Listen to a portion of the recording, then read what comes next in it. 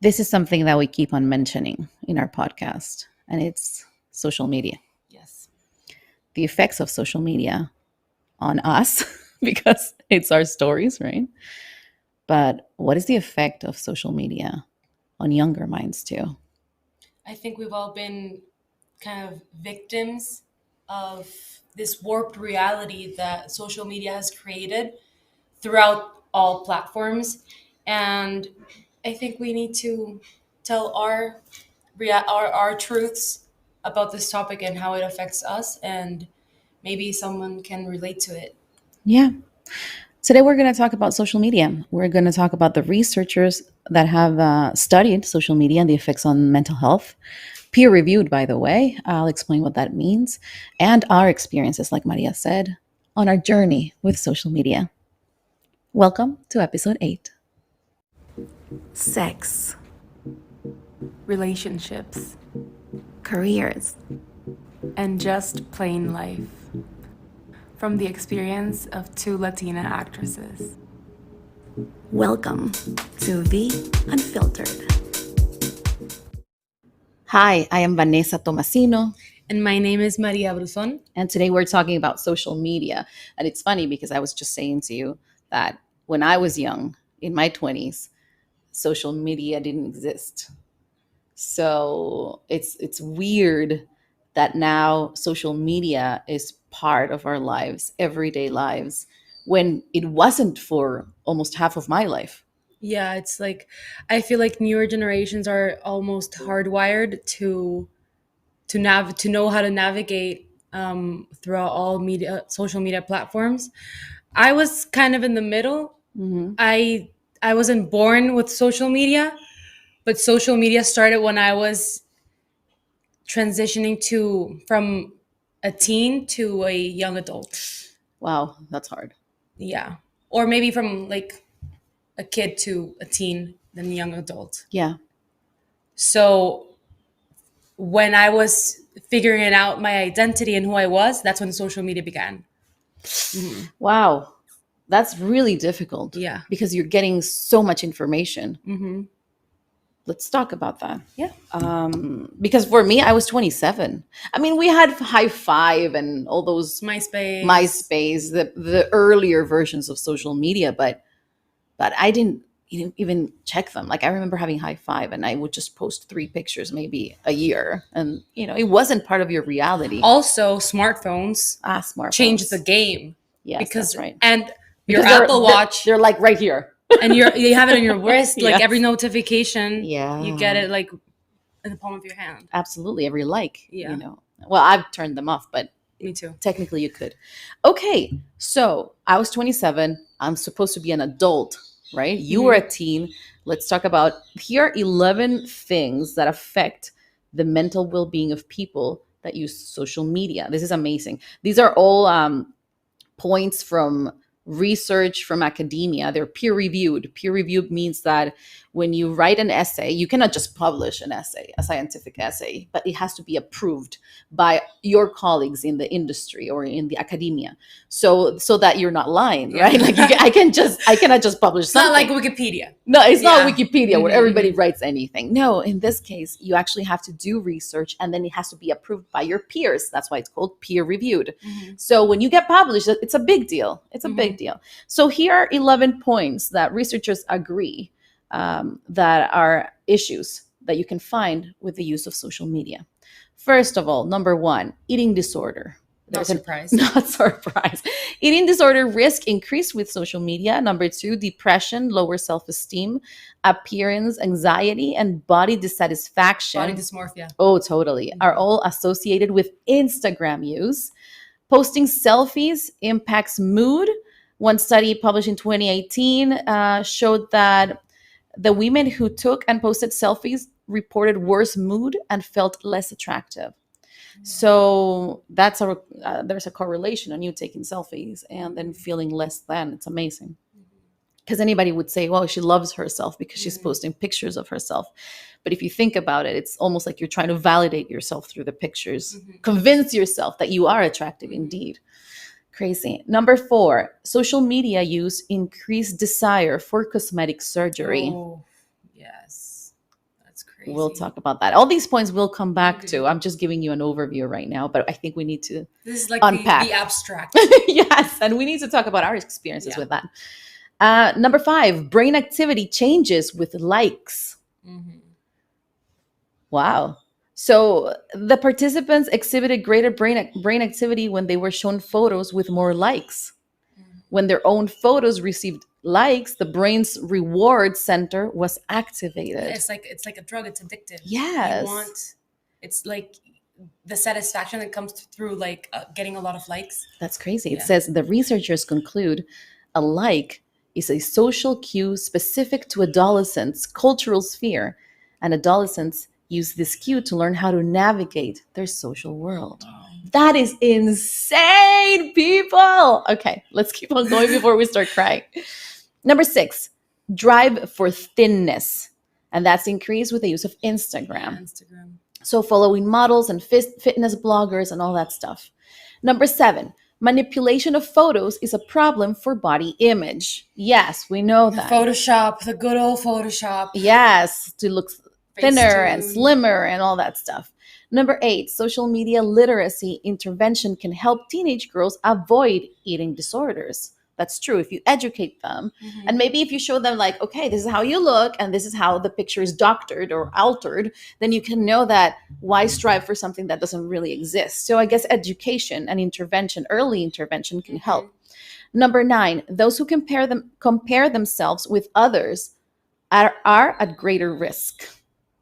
So if you're constantly looking at pictures, well, we talked in the other podcast with Teta, remember? Yes. That he was saying that even men do that. Like they Mhm. compare each other, like fitness wise. Girls will look at other girls and like, oh, she dresses nicely, she has more money, she looks pretty, she's thin. So that we are at greater risk of mental health if we compare ourselves to other people. Number 10, suicidal thoughts linked to social media use. One review of 9 studies on social networking and suicide found online social networking also leads to increased exposure to and engagement in self harm behavior due to users receiving negative messages, promoting self harm, emulating self injurious behavior of others, and adopting self harm practices from shared videos. That's so sad. We need to talk about that. I was just saying to you this morning, it's like I don't understand people that have the time to throw hate online, especially when Me too. I don't we get don't it. get it, especially when you're not brave enough to put your picture and your name. Like us, we use our legal names here. You see our faces. We're not hiding. Yeah. All our comments come from our heart, our experience, our truth. But there's so many people who hide behind handles that say, I don't know, like a Google user 12345. Hmm. Just to It's throw hate or say yes, something negative or like bring you down. it's easy to do that because Yeah. you're hiding behind a computer or a phone, right? So we'll talk about that because you're leading to suicidal thoughts on people. Number 11, reducing social media reduces loneliness and depression. That's interesting That's interesting. because what happens is social media has a negative effect on our well-being. So It isolates you. we walk away, Yeah. but then when we walk away, we feel alone. And if we feel alone, it's like I'm Sherlock Holmes here. And if we feel alone, it means that we have lived through the reality of social media and not the real community outside. And that's a problem. It's a problem. I have. Well, we'll get to it. We'll get to it. Let's get to it now. Go, Okay. Maria. Go, Maria. Well, with the last point, like Yeah, let's go see it. backwards if you want. I Yeah. see it with my mom. Yeah. I love her. She's my mom, obviously, but she's not present. She's never present. I can't, to this day, I can't have like a nice conversation, and it doesn't have to be deep. It can be like surface level conversation, but she's not present. Is it because she's online? She's on her phone. Oh. She's on TikTok and scrolling, and I want to get to another point that it's so interesting how social media is designed. It's designed to like Las Vegas casino machines, like, because Yes. it's like so satisfactory to just keep scrolling, and like when you refresh, it's like you pull down the handle and Hmm. you get something new, and then you get something new, and you get something new all the time. Stimulation and rewards. Yeah. So getting back to the original point, Yeah. it's very problematic because you are living in an unreal reality. It's a warped reality, and you're missing out on actual life, Yes. and then you isolate from people and your surroundings. And the evidence is on that point number Yeah. 11 is the idea that the moment you decide to cut off social media, you feel lonely because all of your time was invested in social Yeah. media. It means that you haven't actually created bonds of real bonds with people in front of you. And you see it with a lot of, well, for example, here in El Salvador, it's not uncommon to see TikTok personalities or celebrities and see their on-screen self and see their actual self in real life. Very different. It's very different. Yes, yes. Because they're so invested in their TikTok reality or Mhm. Instagram reality, and when you get to know them, and it's okay if they, you know, if they are more comfortable Online. online, Mhm. it's obviously, but it's very interesting to see that abysmal Yeah. difference because they're just living through their phones, and they're not like actually socializing or trying to develop interpersonal relationships with other people. It's true. And it's funny because we are on TikTok, we are on IG, but I think our brand is very much transparency. Yeah. Like I'm not going to lie, what you see here with Maria, that's what you see on TikTok. That's what you see on the street. Not that Yeah. you're a prostitute. I made it sound like you're on the streets. But what I'm saying is like when you see her and you meet her in person, this is it. That's how she is. The same with me. And I think that we're very proud that we have Yeah. been able to never change who we are to receive approval. Yeah, we get hate, obviously. Who Obviously. doesn't? Yeah. But I do think there's something really special on being yourself and then showing the world this is who I am. And you have a great TikTok brand. Like it's just you. Yeah, I mean, when I first, because I'm not gonna lie, and I think you understand what what I'm about to say. Okay. It feels really good to get social media attention to a certain extent. Like when your TikToks do Yes. well, when your pictures on Instagram do well, you're like, oh, I'm getting noticed, I'm getting seen. Especially for us in our careers, we're actresses. It's very important because nowadays your following on TikTok or Instagram defines what roles you get and if True. you get roles. True. So when you get the attention, it's like, okay, I'm getting seen. It's that's good. That's perfect.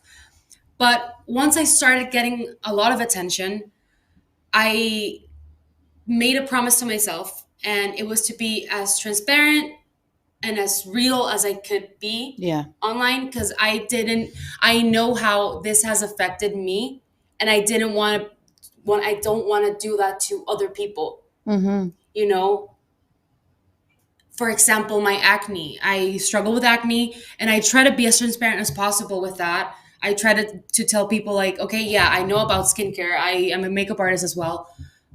My skin's not perfect, and if yours is not perfect, that's fine. Mm-hmm. It doesn't have to be perfect. So I made a promise to myself, and also when I'm not feeling like when I don't feel like going to the gym, I feel like posting it. Like today, I'm not feeling it, but I'm gonna do my best and go. A lot of people like answer like, thank you for being so honest, thank you for being so transparent. Like I don't want to go to the gym today either, but you pushed me to Yeah. go through with it. I agree. You are right. We feel a certain reward, which is what was one of the points, right? There's a reward that we get from likes and comments about people accepting us, our true self. Hmm. I like that too. Like I post some stuff about my life, and when they are received positively and people say, "Oh, I understand," or "I identify," you feel good because you're like, "Okay, we're." But I think it's because we're connecting on a human level. Yeah. It's like what I said to you last time on another episode. I said I would feel weird if I looked better in a picture than in person. Yeah. Like if people saw me in person and they'd be like, "Oh my God, you don't look like your pictures," I couldn't live with myself, because it means that I am lying to you. And the same with our TikToks and stuff like that. It's like you, Not even that, you're lying to yourself and as you're lying well. to yourself. Absolutely, you're lying to the Yeah. people, and you're lying to yourself. Absolutely. And there's something strange about that, because then it's almost like you don't want to validate who you are, like you're real. Hmm. Your who your looks. Your looks come from you're like your mom. You're like your dad. Why would you want to alter that? And why would you want to look like anybody else? But we'll get to those points. But you're right. It feels nice when you get positive comments on your truth. When I started TikTok and I started getting views, it was weird for me, because as an actress, you're right. It's nice. You have to have social media now, because directors and producers will look you up. And it's a publicity tool as well. They know that if they hire somebody with a lot of followers, then half of their publicity is covered Yeah. for the people that are going to watch a movie or a series. So for us, it's as a tool for work, it's very important to have social media and to have followers. But that being said, in most of my career, I didn't have that, because I started my career in Yeah. the 2000s. Mhm. So we didn't have these tools. So I've been adapting. At first, it felt weird. Then, when I started getting a lot of views, I became crazy, Mhm. like what you were saying. My world started revolving around TikTok, and I was like, I need to get a video of this. I need to get a picture of this. And I remember back in May, I think it was, I was so insecure, because I was producing so many videos, and I was traveling and everything.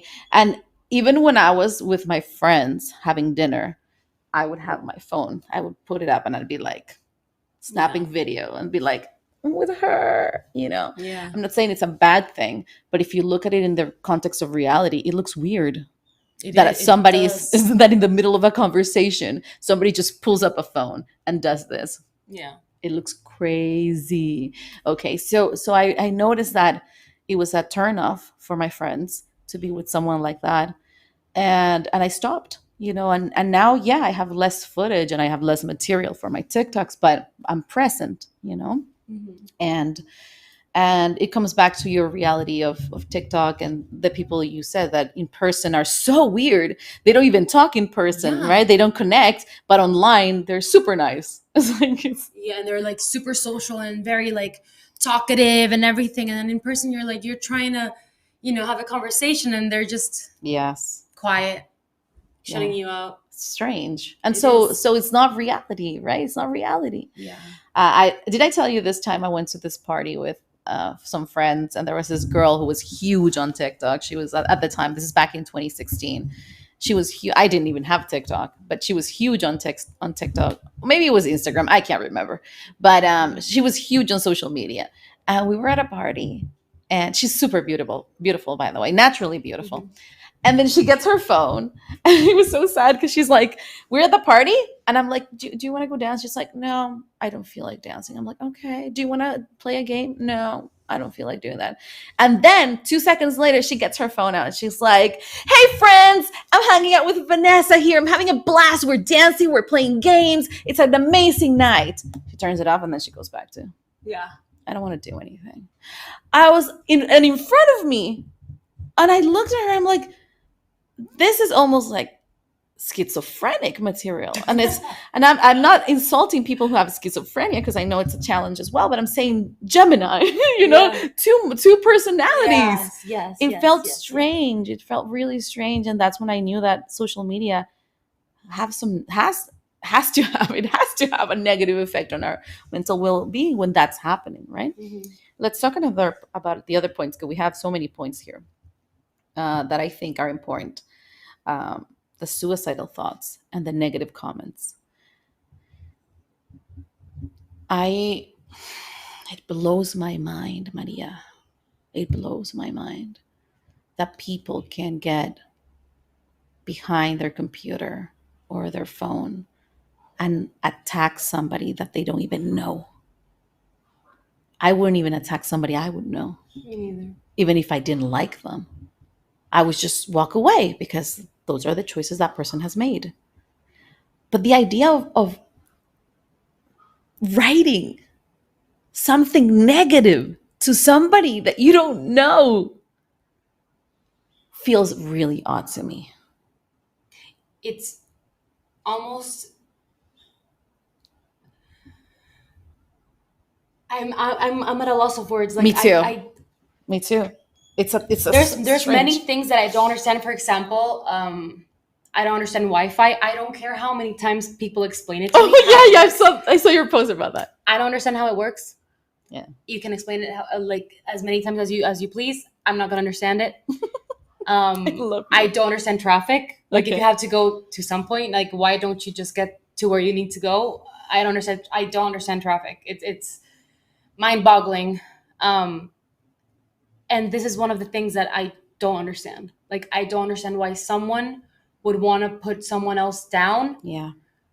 let alone tell someone else and hide behind a screen and tell them to kill themselves. Yeah. It's strange. It's so It's strange. mind-boggling.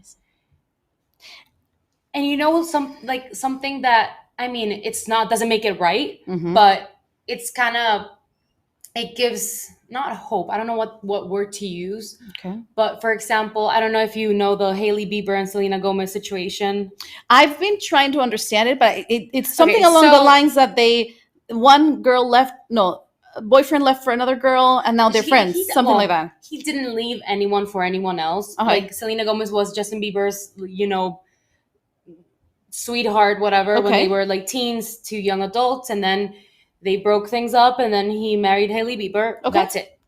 Oh, okay. But all the Jelena fans, which is just Justin Bieber and Selena Gomez fans, Mhm. sent death threats to Hailey Bieber. What? Why? What? Because he left her for Hailey, and vice versa. Like Hailey Bieber fans would send death threats to Selena Gomez. I don't understand, why would you think that just because they're celebrities you're entitled to do that, or Yeah. to, send negative stuff over to them. But if that happens to celebrities, Yeah. that happens to celebrities. And it's not like they're gods or anything, but like it happens to everyone It happens to everybody, and with any level of fame or attention. and people forget they're humans. I People said forget. That's the point where I wanted to get to. People forget they're humans. I know. It doesn't matter if they're the queen, well, now the king of England, or if it's the most famous celebrity or a singer or a dancer or an actress. Like, it doesn't matter. You're not entitled to doing stuff like that. Why would you forget that this person, the person that's receiving the messages, is going to feel strong, or how could you not know that you're breaking this person's heart? How could you not know that this human is going to be affected by your words in a deeper level than just saying, oh, you're being mean to me? Come on, you must know that what you're doing is wrong. You must know. And also, like, for some, in some cases, when people like point out a flaw that you didn't even see about yourself, and now you've created an insecurity that wasn't even there in the first place. Yes. Like, Yes. why? Like, what's the point? How do you have energy or time to do that? Like, I don't find time in the day To attack somebody. to freaking, I don't know, sleep. Why would I just go out of my way and write something negative? Yes. I was looking for on my TikTok right now to read some of the negative stuffs that I've been getting. I posted a video on my job. I opened TikTok not because I wanted people to know who I was, but because a lot of people want to be actors, and I wanted to show them Mhm. that you can do it. Like, if I can do it, you can do it, right? It's like that kind of attitude. Yeah. It helps for my career too, what we were saying about the likes and the producers looking us up, but ultimately it's about passing the knowledge and making sure that the newer generations can also do what I do, right? Mhm. And so I got some hate. Of People course. saying things like, I've never seen you. I've never seen you, so you don't exist. It's like, Like, what? you're not on Netflix. Like, so then you're not an actress. Like, since when is Netflix like the parameter of I know, it's like whether there's so many you're other pictures. And so, like so many, channels, festivals. There's so many things. platforms? And there's also short films. There's also theater. Like, I don't understand it. Yes. And so I get those comments of people saying things like, well, they say I'm Salvadoran and I've never seen you, so it's a lie. Another person wrote, um, if you just say it and you don't show proof, there's no evidence, so it's a lie. I'm like, what?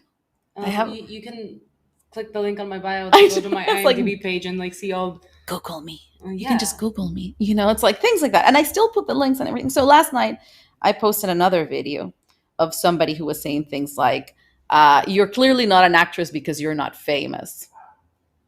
And I was like, I don't want to be famous. I didn't choose this career to be famous. I mean, most actors are not famous, but we do live from this. We have a pension. We have extended health care. We have so many benefits and we love what we do. So I responded to a person saying something negative, and I just said the truth. I'm like, listen, I don't even like people recognizing me on the street, but I do make money from what I do, and I love what I do. I love what I do. So why would you bring me down? Yeah. Like, I just said that. Like, why would you attack me? You don't even know me. And right now, it's ironic that I'm looking for negative comments for you. And after I posted that video, I'm have getting positive comments. yes. That's amazing. So thank you guys. I appreciate it. No, and it means a lot when you get positive comments of people saying like, don't listen to him, he's an idiot, or we appreciate what you do for the country, things like that. You do feel good. And it's funny because you can get 100 positive comments, but that one negative just breaks you down. And it does. I mean, we shouldn't listen to Because that. for me, in my experience, the positive overweighs the negative every single time, and I'm so thankful of the people that follow me and the people that I'm able to at least inspire, or I don't know, or if they like my content, or if they like my not funny jokes or whatever. I appreciate everything, and I mean, I wouldn't say I have built a community, because I don't think I'm not a content creator or an But influencer. you have, though, because But like the people that my following, they're great. They always try to, they help me push myself, and they push me in to do better.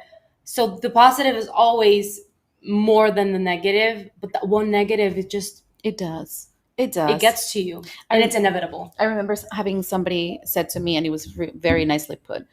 It's like, imagine that you're in a theater and you're singing, or you're doing something, or you're telling jokes, whatever, stand up, and then everyone's laughing, but there's one person that isn't laughing. Everyone else is laughing. The 1,000 people are laughing, and there's one person that's not laughing.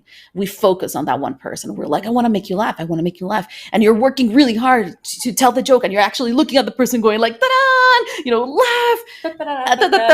You're doing everything in your power to just get the acceptance and validation from this person. And they don't show you any love, right? And then at the end of the show, all the people come up to you and they're like, you're amazing. And they want to hug you. They want to take pictures with you and everything. And you push them, because you're like, you want to get to that one person and be like, what's wrong with you? Why don't you like me? But what's happening is that you've pushed away all the other people who actually love you. And we focused on the one person that maybe wasn't compatible with us or whatever. So we need to bring that noise out. We can't focus on that. But we're talking, Maria, let's bring it back to reality. We are two professional women who are relatively successful in what we do. But what happens when you're a teenager? What happens when you're a teenager and figuring life out, and then you have these comments of people saying something like, you're fat, you're ugly, you're never going to make it, that's why your boyfriend left you, or you're never going to have a boyfriend? How is that impacting the young minds? That's troubling. It is. It's troubling because at that moment in your life, you're still trying to figure out who you are, and you're trying to find your identity, what you like, what you don't like, and it's almost like social media is dictating what you are, what your worth is, molding you. It's molding you, or grooming you. Oh, ugh. Grooming is a serious problem in our culture. It doesn't only shape your personality, but it's sexually grooming you to become a shell of a person where the only value that you have is your body. Sexualization of teens is a huge problem online. And teens having two Instagram accounts, their family ones, like the normal one, and then their fake Their Instagram, Finsta. their Finsta, where I've seen some Finstas and they're messed up in the sense that they're so dark and edgy and sexual, and then I go, wait a second, you're a 13-year-old kid. Mm-hmm. As a culture, we're failing.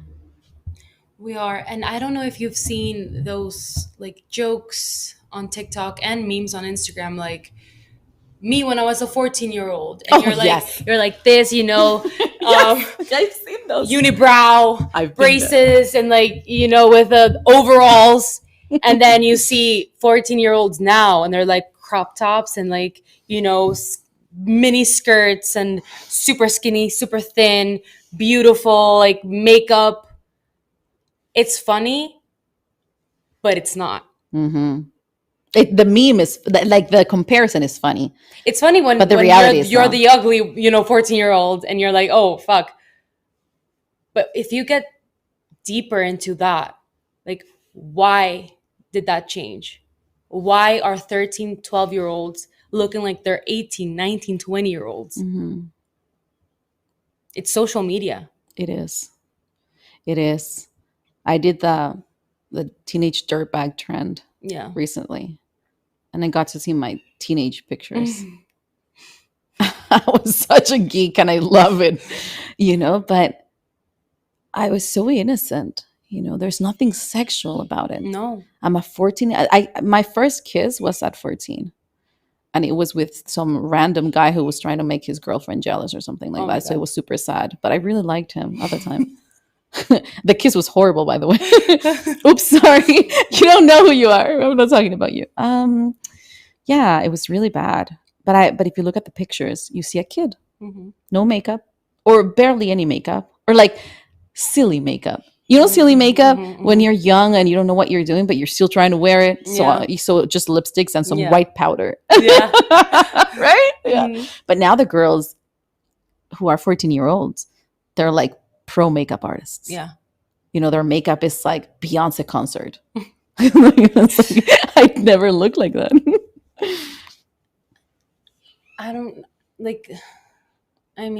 I know generations change and everything, but why would you want to fast forward to you being an adult? I know. If I had one advice to give, well, one of many to give to my younger self is like, there's no rush. Oh yes. There's no rush. Yes. Like be a kid. Yeah, I would say the same thing. Okay. Well, in the last podcast, if you didn't hear it, you can go hear it now. But we talked about how the 30s are better than the 20s. I'm still in my 20s, so I have hope that it will get better. It'll be amazing, trust me. I mean, it's for now. What I like about being an adult is, I'm being independent financially and being able to do whatever I want. Pursuing your dreams. Pursuing my dreams. Decision making. Having awesome friends that are not from school. Expanding my social circle, my friends, who I interact with, who I surround myself with. Yeah. I have a choice. I decision making and everything. Like, it's fun because you're not obliged. What's the because you're now independent. Yeah. So you're not somebody's dependent, and you're not forced to do things. I'm not forced to be around anybody that I don't want to be around. Kiss your uncle. Yeah. That's a problem. Yeah, it is. But when you're a kid, your only responsibility is to go to school. And for me, it was like, do sports. Yeah. That's it. Like, don't rush. Like, there's no rush. Don't rush it. And now girls are just and I'm not criticizing them, but I wish someone could, tell them, like, us. There's no, I mean, listen hopefully, to us. Hopefully someone that's, going through that right now can get a message behind this podcast and just Mhm. Reflect, like, there, you don't have to be anyone, you don't have to look this, like, a certain specific way. It's okay to look up to other celebrities or role models, but you don't have to be them, you don't have to look like them, you don't have to lose weight or dress like them by any means. And it's not their fault, you know. It's It's not. imagine if you were born after 2006 when Facebook started. If you were born after 2006, your entire life, in your entire life, you've seen social media since birth. Hmm. The That's my sister. messages, your sister, oh Yeah. God, the messages you're receiving, that's terrible because the messages you're receiving are all about change yourself, be like this, do this. How do you even have a voice as a person? It's hard to have your own mind. It's hard to listen to yourself when you're bombarded by definitions of identity and subjectivity. Hmm. It's messed up. This brings us to our next point, Maria: beauty standards, specifically with plastic surgery.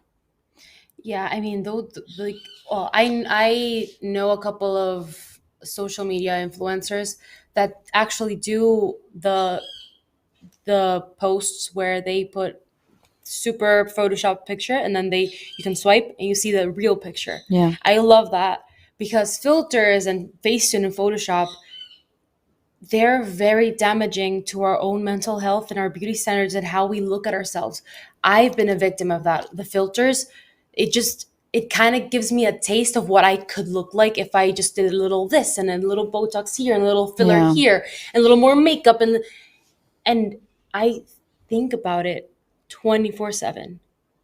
It's something I'm trying to let go, I'm trying to work on, but I think about how I can better myself, my physically, 24/7.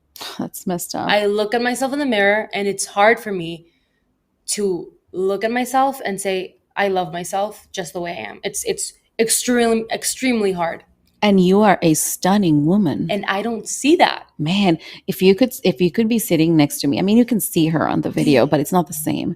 Like if you're sitting next to this woman, she is gorgeous. Like she would be the definition of normative beauty, which is, like the way a face should be structured. There are theories on how beauty is classified. So you would fall under the definition of somebody who is attractive, Like universal. beautiful, universally beautiful, correct? Compared to me, that I love always being like, I am this monster. It's like, No. I don't want to make it sound like that, but what I'm saying is I am a different kind of attractive. I Yeah. think my level of attractiveness comes from my confidence, Your my hair. Just my kidding. hair, no, totally, my hair, my dimples. I think the whole package works. My face is not structurally appealing necessarily, but it's when you put it together. You know what the best example is?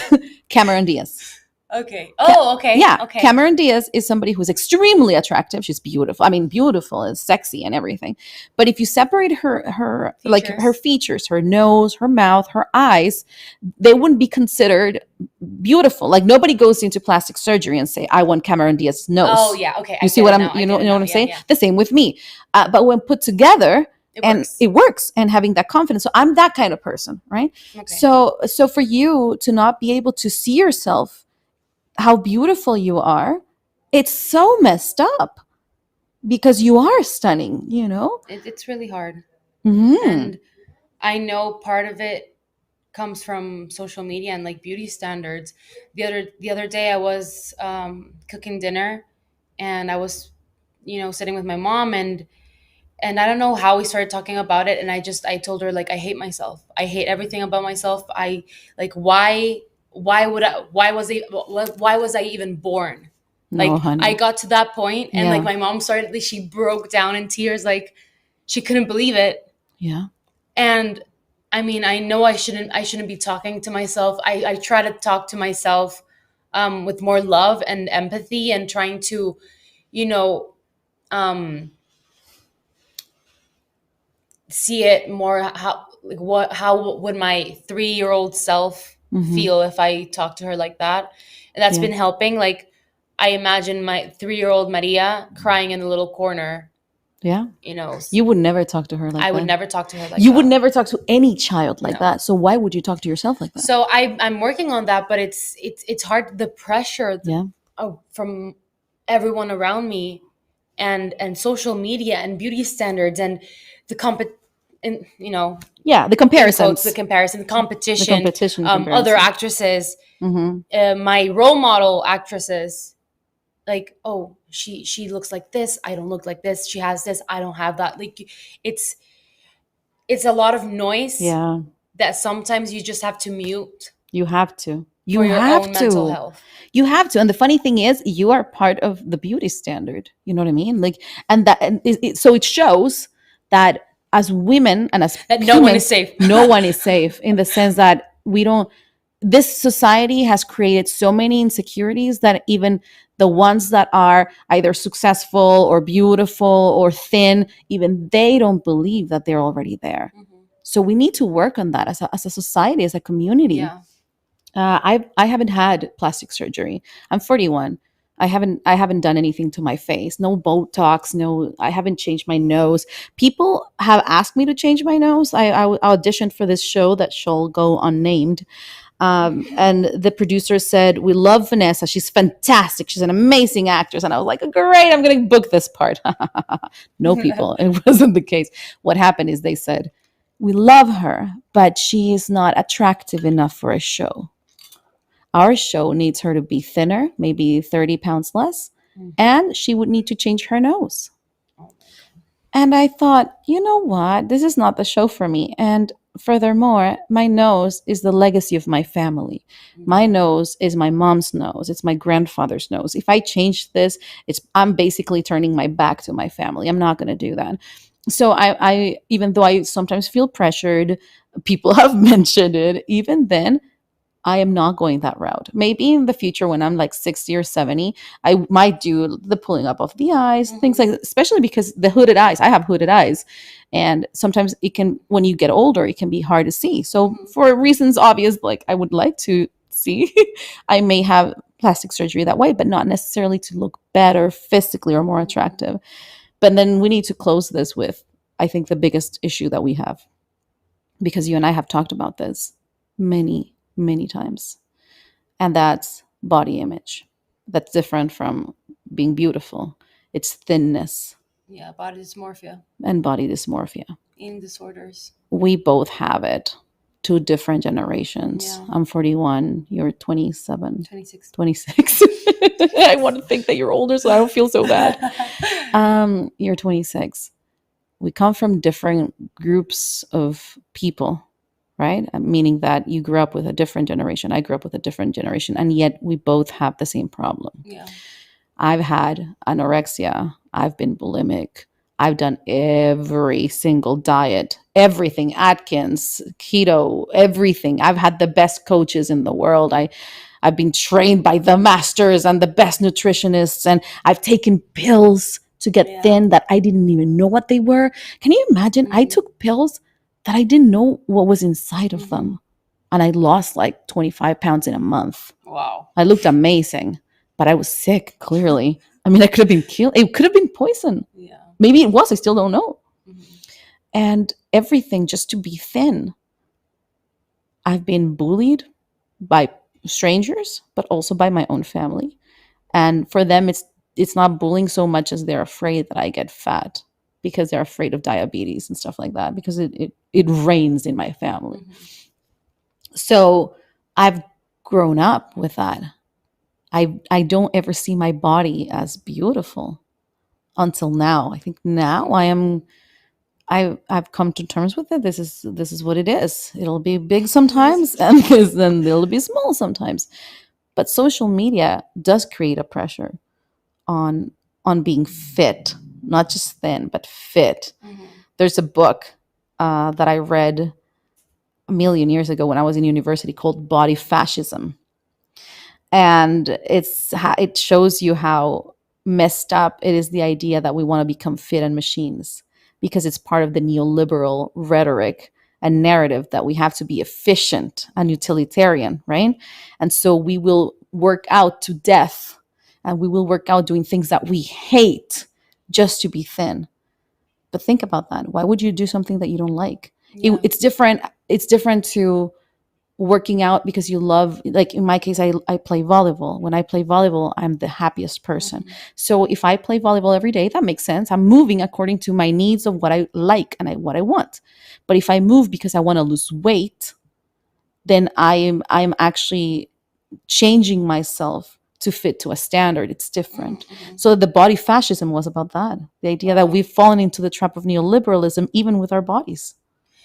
Another thing that like really dictates the the beauty standard, or the um, the ideal body type, is fashion. You know that this year's trend was the 90s. Yes, which was really odd to me because I've already worn this clothes. So it's like I I'm know. going It's funny back. because it always comes back, but I'm coming back. you know, and And this yeah. fashion commentator on TikTok said, we have to be careful with our fashion trends, because if the 90s grunge comes back, then the 90s bodies come back, which is super extremely thin. And that's exactly what happened. Last year, we had more of a 70s, 80s Yeah. trend with a little fuller bodies. And now with the 90s, we're coming back to the size 00. You know, super skinny, scrawny looking girls, like Yes. anorexic looking girls. So we have to be careful with the, you know, Yeah. and draw where's the line drawn? Where do we draw the line? You know, when you're harming yourself, that's where we should draw the line. And the 90s clothes, yeah, you have those pants that fall under your hip. you look like a drug addict. Yes. Yeah.